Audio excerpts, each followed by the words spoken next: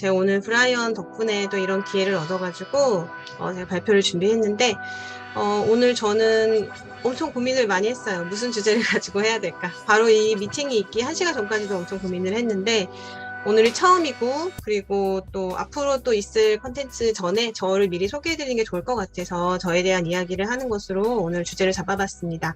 근데 그 주제 안에서도 좀 메시지를 드리고자 해서 오늘 제목을 충분히 방황하세요 라는 제목으로 잡아봤어요. 저는 아마 프로 방황러라고 요새 용어가 많이 돌던데 그 중에 하나가 아닐까 싶어요. 그래서 어릴 때부터 굉장히 많은 우여곡절을 겪었고 다들 자신의 인생에 대해서 그렇게 말을 할 수 있겠지만 또 저희 이야기를 좀 풀어가자면 저는 어릴 때 화가가 되고 싶어서 가장 먼저 그 길을 저의 미래의 퓨처 셀프로 잡았었죠. 화가가 되는 나, 화가가 돼서 성공하는 예술가인 나를 그리며 살았어요. 그렇게 15년을 살아왔다가 누구나 다 저 나이 또래가 겪었던 그런 슬픔, IAF 때문에 그 꿈을 포기하고 갑자기 그때부터 이제 인문계 공부를 하기 시작했죠. 그래서 그때가 가장 저희 첫 번째 좌절이었던 것 같아요. 어릴 때 기억을 더듬어 보면. 그렇게 공부를 늦게 시작했으니까 좋은 곳을 갈 수가 없겠죠? 그래서 대학은 만족스러운 곳에 가지 못했어요. 하지만 학교를 다니면서 저는 계속 뭔가를 도전하고 시도하는 성격이었기 때문에 여기에 머무를 수는 없어. 난 더 많은 것을 할 수 있는 사람이야. 라는 생각에 재수를 할까 편입을 할까 고민하다가 학교를 그만두고 가는 것보다는 학교를 다니면서 공부를 하면서 편입을 하게 됐어요. 그래서 꼭 한 번에 좋은 학교를 갈 필요는 없구나. 뭐 이렇게 재수를 하든 편입을 하든 다양한 경로로 입시를 할 수 있어. 라는 생각을 그때 하게 됐죠. 어릴 때까지는 무조건 한 방향으로만 생각을 했는데. 그렇게 해서 학교를 잘 다니고 이제 졸업을 할 때가 돼서 지금도 많이 힘들지만 그때 한창 이제 취업난이라는 게 시작되는 시기였어요. 그래서 취업 스터디를 들어갔는데 거기서 가장 최고의 장수생이 됐죠. 취업 스터디를 한 1년 정도 오래 하였고 거기서 제가 가져간 타이틀은 바로 최고의 면접관이란 타이틀이었습니다. 제가 좀 남들보다 좀 더 날카롭게 질문을 하고 남들에게 피드백을 줄 때 보지 못하는 면들을 뽑아내서 너 이런 장점이 있잖아. 이걸 어필해봐. 라는 식으로 피드백을 줘가지고 그걸 또 어필해서 좋은 결과를 낸 친구들이 많아서 제가 합격시킨 후배나 아마 동기들이 굉장히 많을 거예요. 그래서 저는 그때 나 이런 강점이 또 하나 있구나라는 걸 좀 발견하고 또 운 좋게 저도 취직이 돼서 또 사회생활을 시작하게 됩니다. 그렇게 첫 번째 직장 좋은 외국계 회사에서 이제 영업과 마케팅을 담당하는 일을 하게 됐는데 거기서 요새 흔히 말하는 그 미투 같은 일이 저에게 일어났어요. 그래서 첫 직장이고 너무 어려서 어떻게 대처할지 몰랐기 때문에 일단 회사를 그만두는 방법밖에는 생각을 못했어요. 그 당시에는. 그래서 그렇게 그만두게 됐고 그 뒤에 또 바로 직장을 잡다니 여전히 좀 트라우마가 남아 있어서 저는 이제 비행기를 타고 큰 대륙으로 갑니다. 그래서 도착한 호주에서 난생 처음으로 독립이라는 걸 해봐요. 그 전까지는 부모님이 집에서 따뜻한 밥 먹으면서 일요일엔 늦잠도 자고 게으르게 살던 제가 호주라는 아무도 아는 사람 없는 땅에서 저 혼자 돈을 벌어서 제가 공부도 하고 일도 하고 그리고 나의 주변도 환경도 챙기고 내가 매일매일 월세도 내고 그리고 건강해지려고 운동도 막 다녀요. 헬스를 끊어 달려요. 이런 나를 보고 나 되게 독립적이구나. 나 자기관리 되게 잘하는 사람이었구나 라는 거를 깨닫게 돼요. 이걸 내가 계속 한국에서만 살았으면 절대 깨닫지 못했을 것 같거든요. 그렇게 한 1년 좀 넘게 공부를 하고 다시 한국으로 돌아와서 또 운 좋게 또 이 직장에 잡게 됐습니다. 직장을 이직을 하면서 저는 되게 저에 대한 알고 있던 제가 갖고 있던 상식들을 되게 많이 깨트렸어요. 그러니까 예를 들면 다들 지금 브라이언도 강점에 대해서 되게 강조를 많이 하고 우리도 누구나 다 나의 장점은 뭐야 단점은 뭐야 라고 이렇게 줄줄줄 나오는 세대가 됐잖아요. MBTI도 막 얘기하고 저도 제 자신에 대해서 나는 창의적인 사람이고 난 미술을 했기 때문에 MBTI도 막 ENFP고 막 나는 톡톡 튀는 그런 사람이야 막 이렇게 생각을 하고 있어서 비즈니스 쪽에서도 일부러 마케팅을 선택했거든요. 나는 뭐 회계 이런 것보다 난 무조건 마케팅이야. 하지만 현장에서 일을 해보니까 제일 두려운 단어가 그거였어요. 야, 아이디어 좀 내놔. 이 말을 들으면 머리가 하얗게 되더라고요.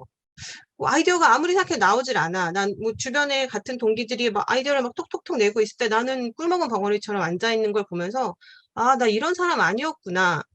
라는 걸 깨달았고 대신에 그전까지는 엑셀이란 프로그램을 거들떠도 보지 않았는데 엑셀을 한 번 배우고 나니까 여기서 완전 날아다니는 사람이 돼버리는 거예요.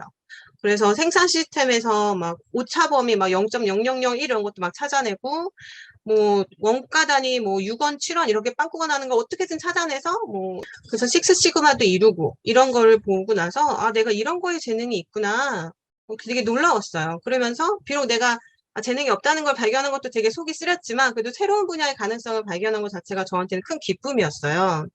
그렇게 커리어를 쌓아가면서 또래들에 비해서 연봉도 굉장히 높게 받고 이직도 되게 성공적으로 하면서 커리어를 쌓아가고 있었는데 그러다가 이제 제가 결혼을 하게 되고 남편이 이제 프랑스 깐느, 제 뒤에 보이는 이 배경이 깐느입니다. 여기로 이제 발령을 나게 되죠. 이거를 따라갈까 말까 엄청 고민을 했어요. 나의 커리어를 포기할 것인가? 아니면 1년 정도 갔다 오는 건 괜찮지 않을까?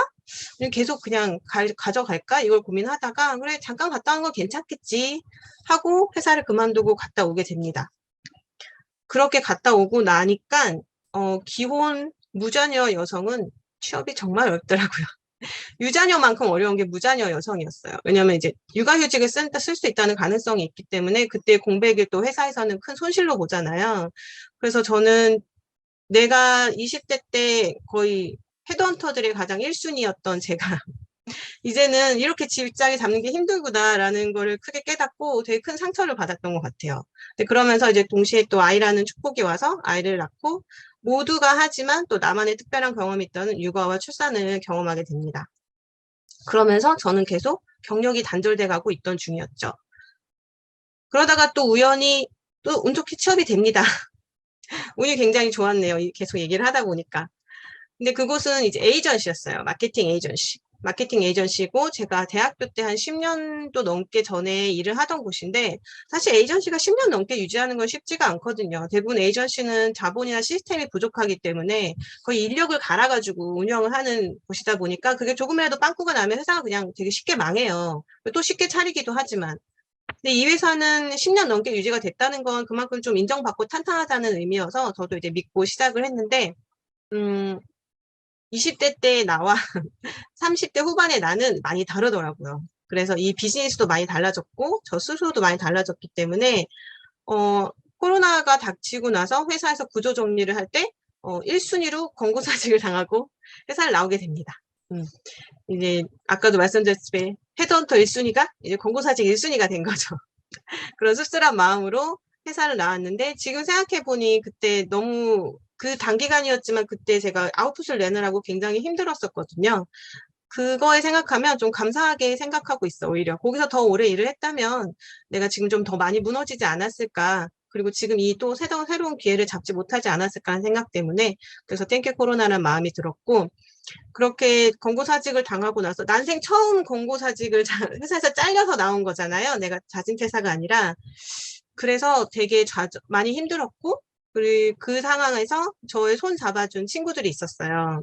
지금 제가 참여하고 있는 커뮤니티의 커뮤니티 장이기도 하고 거기 있는 사람들이 모두가 이제 저를 좀 많이 응원해주고 새로운 길을 열어주고 했는데 지금도 계속 그 커뮤니티 유지하고 있고 그 사람들 덕분에 아마 그 힘든 시기를 좀 빨리 극복하지 않았나 싶어요. 그러면서 커뮤니티 비즈니스와 온라인 교육 시장에 눈을 뜨게 돼요. 지금은 뭐 코로나로 너무 당연하게 됐긴 했지만 그 당시에는 온라인 교육 시장이 굉장히 새로웠고 그리고 이렇게 온라인으로 VOD를 그냥 파는데 적게는 무료부터 시작해서 뭐 많게는 몇백만 원까지 내고 듣는 수업들이 있더라고요. 그래서 뭐 월 뭐 몇천부터 몇 억까지 버는 사람들이 이렇게 있는 걸 보고 나서 이런 시장도 있구나 라고 해서 저도 뛰어듭니다.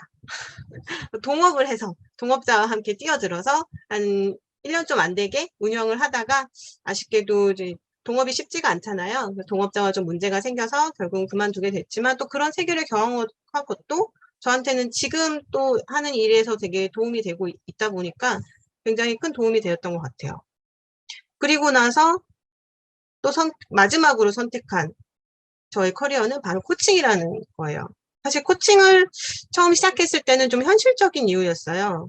코로나이기 때문에 재택근무 가능해야 되고 유연한 근무 시간이 있어야 되고 그리고 나의 강점, 지금 뭔가를 배우기엔 좀 늦었으니까 나의 지금 가지고 있는 강점, 뭐 공감이나 커뮤니케이션 스킬이나 뭐 경청하는 이런 걸 활용해서 할 수 있는 일을 찾아보자라고 했던 게 후보 중에 하나가 코칭이었고 수업을 듣고 배워보고 별로다 싶으면 이제 그만하려고 했는데, 이게 내 길이구나라고 깨닫게 됐죠. 그래서 이 길을 찾게 됐고, 지금 막 뭐 몇백을 벌어요 라고 말씀드리긴 좀 힘들지만, 이런 다양한 길을 겪고서도 저는 저의 천직을 찾았다고 이렇게 당당히 말할 수 있거든요. 그래서 방황의 역사는 굉장히 길었지만 지금의 저를 봤을 때는 행복 지수는 가장 높지 않나 생각이 들어요. 저의 커리어의 만족도도 그렇고. 그래서 이렇게 저의 방황 기록을 좀 설명을 해드리고, 그래서 저는 여기서 주고 싶은 메시지는 이거예요. 이 기간 동안 저는 일기를 끊임없이 썼고 블로그를 계속 운영했거든요. 블로그 지금 15년 넘게 운영하고 있는데 이거가 저한테 가장 큰 자산으로 남았어요. 그래서 우리가 나를 드러낼 때 나를 보여주는 종이 한 장 하나 있어야 되거든요. 브라이언도 알겠지만 이력서, 뭐 아니면 포트폴리오, 프로필 이거 하나 무조건 갖고 있어야 돼. 언제 어디서든 누가 나에게 뭔가 요청할 때 바로 들이밀 수 있는 거 준비돼 있어야 되거든요. 저는 이게 저의 블로그에서 나왔다고 해도 과언이 아니에요. 제가 지금까지 살았던 모든 인생이 담겨 있고 저의 경험, 그리고 저의 생각, 그리고 제가 그때 얻은 것들, 그것들이 다 담겨 있기 때문에 그것들이 저의 그 종이 한 장, 나의 프로필, 이력서에 남아 있어요. 그거를 뽑아내기 위해서 그 15년간의 블로그 기록이 있었던 거죠. 그래서 이걸 드러낼 수 있으려면 내가 계속 그 시간을 기록하고 있어야 하고, 그리고 그 시간을 쪼개서 하루를 그럼 어떻게 사느냐. 이 1인 기업 하시는 분들 아마 많이 공감하실 테지만 진짜 하루가 순삭이거든요. 일하다 보면. 내가 오늘 하루 뭘 보냈는지 잘 모르세요. 그래서 저는 업무를 시작하기 전 혹은 업무를 끝났을 때 워크로그를 꼭 작성하라고 추천을 해드려요. 지금 코칭 하시는 분들도 대부분 개인 비즈니스이기 때문에 뭐 어쩌고저쩌 하다 보니까 저녁이야, 애들 집에 다 왔어, 이제 뭐 해야 될지 모르겠어 이러시는데, 그렇기 때문에 워크로그를 작성해야 된다고 말씀을 드려요. 이게 좀 습관이 안 되면 힘들긴 하겠지만 나의 삶의 체계를 만드는 데 굉장히 중요하거든요. 그리고 마지막으로 배움 기록장을 한번 작성해 보라고 말씀드리고 싶어요. 이거는 저는 엑셀 파일에다가 하고 있는데, 내가 날짜, 기관, 어떤 과정을 배웠는지, 어떤 강사한테 얼마를 주고 배웠는지를 쭉 적는 거예요.